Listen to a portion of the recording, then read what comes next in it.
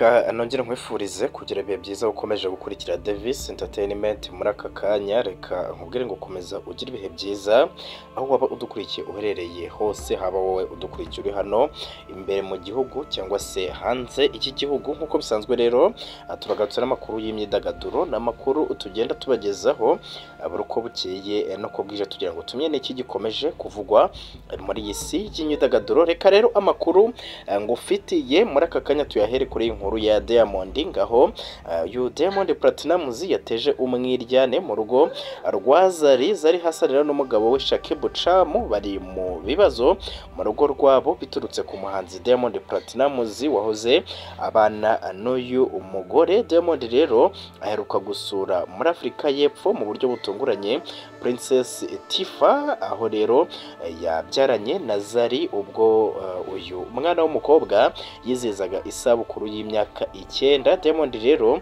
yagaragaye afashe ku rutugu Zari mu birori byo kwiziza isabukuru y'umukobwa wabo, ibintu rero bitamishimishije na gato. Shakibu Camu usanzwe ari umugabo w'uyu mugore Zari rero akaba yarumvikanye avuga ko atigeze atumira Diamond Platnumz mu birori by'isabukuru ya Princess Tifa, ahubwo ngari abakozi be bo mu rugo n'abandi bahafiye bashobora kuba baramubwiye amakuru. Uyu mugabo rero akaza kwitabira ibi birori. Uyu mugore rero we akaba yakomeje avuga ko nubwo atigeze atumira Diamond ngo umugabo we yabyakiriye nabi, ndetse atangira kumushinja ko ari we watumiye uyu mugabo babyaranye. Zari rero akaba we yavuze ko nubwo atatumiye Diamond ngo ariko badashobora kubana nk'abanzi, ati cyane ko bafite inshingano zo kurera abana babyaranye.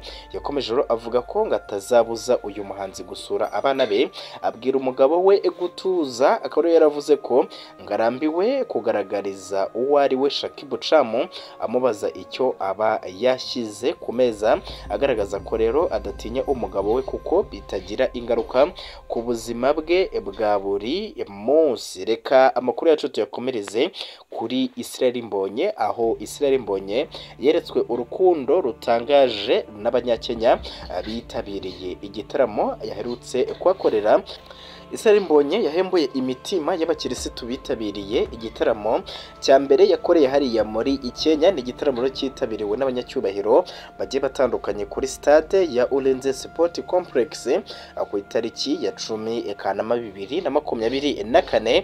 Abitabiriye rero iki gitaramo barimo umuvugizi wa guverinoma ya Kenya Isaac Mwaura, Kalonzo Musyoka wabaye vice perezida wa Kenya, Depite Peter Salasya, Eugene Wamalwa n'abandi bari mu mbaga y'abakirisitu bagera ku bihumbi 15 baririmbanye na Israel Mbonyi indirimbo ze yashyize mu rurimi rw'igiswahili. Mbonyi rero wari umuhanzi mukuru muri iki gitaramo cyiswe African Worship Experience yeretswe urukundo rudasanzwe kuva akigera muri iki gihugu bigera no mu gitaramo biba akarusho. Uyu muhanzi rero nawe ubwe yatunguwe no kubona urukundo yeretswe, avuga ko rero atari arwiteze, dore ko yatangiye kuririmba mu giswahili mu mwaka w'igihumbi kimwe muri 2023 ubwo yakoraga indirimbo Nasiri. Umunyamakuru rero wa RBA witabiriye iki gitaramo Rugaju Regani yatangaje ko yatunguwe no kubona uburyo indirimbo za Israel Mbonyi zikunzwe muri iki gihugu,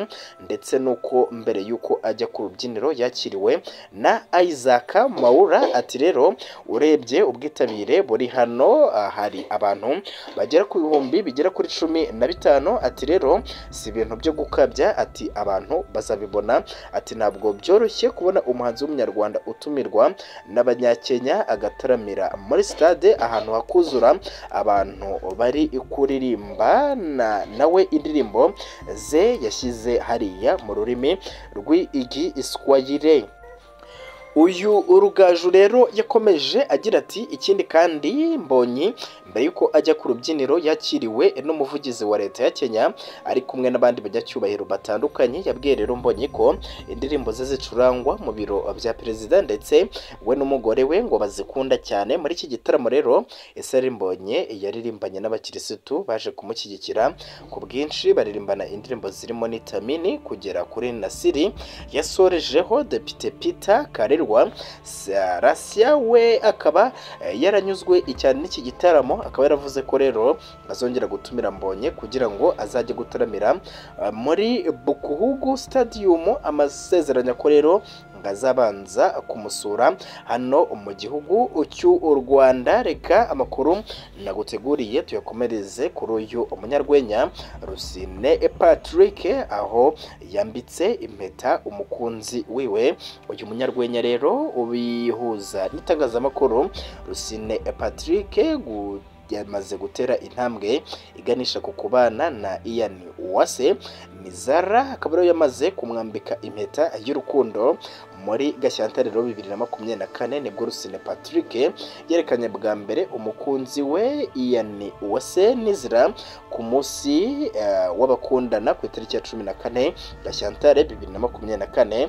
yongereho gushimangira ko ari mu munyenga w'urukundo, amubwira amagambo asize ubuki. Rusine Patrick rero akaba yongeye kugira ati by'umwihariko uyu munsi ndizera ko wumva urukundo gukunda, ati n'uburyo ndumye amahirwe ko kugira mu buzima bwanjye umunsi mwiza w'abakundanye kuri iyi tariki ya 12 Kanama 2024.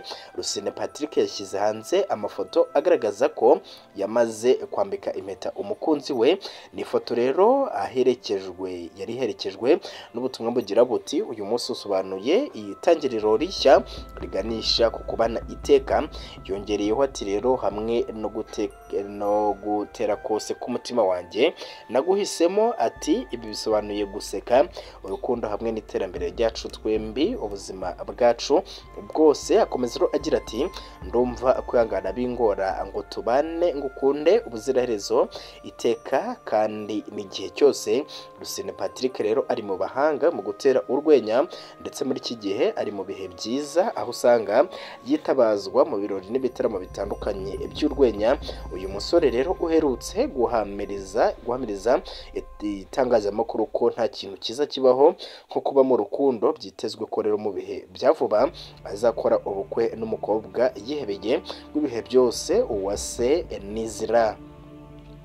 Reka amakuru yacu tuyakomereze kuri iyi nkuru ivuga ko ku itariki ya 11 Kanama 2024 wabaye umunsi waruse indi mu buzima bw'Abanyarwanda, cyane cyane abahanzi batanu batoranijwe baririmbye mu irahira rya Perezida Paul Kagame warahiriye kuyobora u Rwanda muri manda y'imyaka 5 iri imbere. Ni mu birori rero bikomeye by'urwibutso byabereye kuri Stade Amahoro, ahari hakoraniye abantu bagera ku bihumbi 45 bo mu bice bitandukanye by'u Rwanda n'inshuti z'u Rwanda. Ni umuhango rero wari umaze igihe utegerejwe kandi koko wafashe umunsi wose kuva saa 11 za gitondo kugeza saa 12 z'umugoroba. Ibihumbi by'abantu rero bari banogewe no kwihera ijisho akarasisi k'ingabo z'u Rwanda na polisi. Abaperezida rero barenga 20 bakaba baritabiriye uyu muhango n'indahiro ya Perezida Kagame n'ibindi.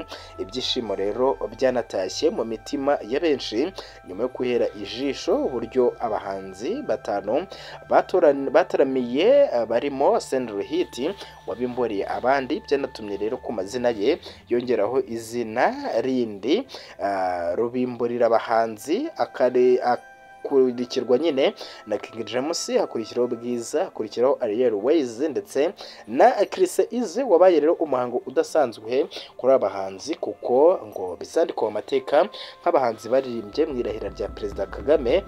Aba bahanzi rero bakaba baratoranijwe mu bandi benshi baririmbye mu bikorwa byo kwiyamamaza kuri Perezida Paul Kagame. N'urwibutso rudasanzwe kuri twe kandi ibyari ubukwe kuri twe. Ayo ni amagambo rero yavuzwe n'abari abahanzi ni mu kiganiro rero bagiranye n'itangazamakuru, aho Senderi Hit wamamaye mu ndirimbo zigaruka ku burere mboneragihugu yavuze ko kuva yaririmba mu muhango w'irahira rya Perezida Kagame agendana ishimwe ku mutima, ariko kandi anashimira inzego z'igihugu zamugiriye icyizere. Ati ndishimye cyane, ati ndashima Imana ati kandi ndashimira icyizere igihugu kiba cyaduhaye ngo dutaramire abanyarwanda n'abanyamahanga baba baje kwifatanya natwe abanyarwanda.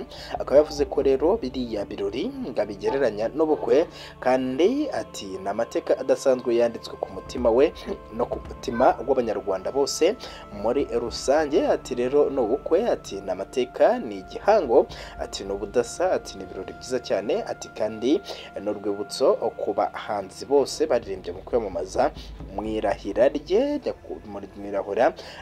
nyakubahwa Perezida Paul Kagame. Ati turamushimiye cyane. Umuraperi rero Gatsinzi Emile wamamaye nka Riderman nawe yabwiye itangazamakuru ko ari by'agaciro katagereranywa kuba yarahawe umwanya akaririmba mu irahira rya Perezida Paul Kagame. Yavuze ko rero ngo kimwe n'abandi banyarwanda, ati njye n'umuryango wanjye dukunda umusaza cyane. Yungamo ati rero kubw'ibyo kuba aho ari bisobanuye ibintu bikomeye, ati sindabimenyera, ati kandi sinsigera mbimenyera, ati bihora ari bishya, ati turamukunda. Ni ibintu rero ahuriyeho n'umuhanzi Bwiza nawe bw'itangazamakuru ko ari umugisha udasanzwe mu rugendo rwe rwa muzika, ngo kuko kuba amaze imyaka ibiri mu muziki agahabwa umwanya wo kuririmba mu birori byo kwamamaza Perezida Kagame, akaririmba no mu irahira rye ngo ari urwibutso rudasaza kuri we. Ati ndishimye cyane rero kuba nararirimbye mu birori byo kurahira ku mukuru w'igihugu. Ati nagiriwe amahirwe yo kumuherekeza muri campaign n'igihe yamamazaga. Ati none n'ubu natewe ishema cyane no kuba ku munsi wo kurahira nari umwe mu bagiriwe amahirwe yo gutaramira abitabiriye ibirori. Chris Izewe rero wo muri Igiti Business Group we yavuze ko kurimba mu irahira rya Perezida Kagame byamwongereye imbaraga n'ubushake mu rugendo rwe rw'umuziki. Yavuze ko rero uriya munsi udasanzwe mu buzima bwe kuko urukundo rwahuye no guhaza umutima. Uyu muhanzi rero we yavuze ko uyu mwaka ngo uzahora mu mateka y'umuziki we ngo kuko bwari ubwa mbere atuye umukuru w'igihugu, ati kandi bwari ubwa mbere ahuye na Perezida Paul Kagame. Chris Izewe ugezweho muri iki gihe binyuze mu ndirimbo Sekoma yavuze ko yabifashe nk'intsinzi ye kuko yagize uruhare mu bikorwa byo kwamamaza Paul Kagame. Ati kuri iki rero nabifashe nk'intsinzi yanjye kuko no muri campaign twaragendanye hose. Manda cya rero n'intangiriro yo gukora ibirenze. Mu ijambo rye rero ryari mu rurimi rw'ikinyarwanda n'icyongereza, Perezida Paul Kagame yashimiye abanyarwanda ko bongeye kumugira icyizere cyo kubayobora. Akaba yaragize ati rero ndagira ngo mbere na mbere nshimire abanyarwanda mwese kuba mwongeye kugirira icyizere. Ati nishimiye kongera kubabera umuyobozi ari we perezida muri manda nshya dutangiye. Umukuru w'igihugu rero yakomeje agaragaza ko ibihe byo kwiyamamaza kwe n'amatora byabereye abanyarwanda bose ibihe by'ibyishimo, kandi imibare y'ibyatangajwe nyine ngo yarabigaragazaga cyane.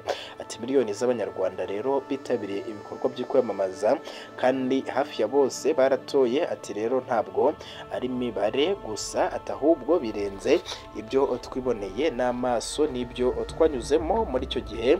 Ati rero ukuri kurivugira abanyarwanda twagaragaje ubumwe n'intego duhuriyeho yo kwigenera nyine ahazaza hacu. Ati iki nicyo tumaze iyi myaka yose ishize duharanira. Reka amakuru twe tubafitiye muri aka kanya tuyahinire ahangaha. mbibutsa ko rero kuri mikoro za Davis Entertainment mwari kumwe nanjye umunyamakuru wayo uhora ubagezaho amakuru y'imyidagaduro. Reka tube tuyahinira ahangaha babwira ngo turabakunda cyane.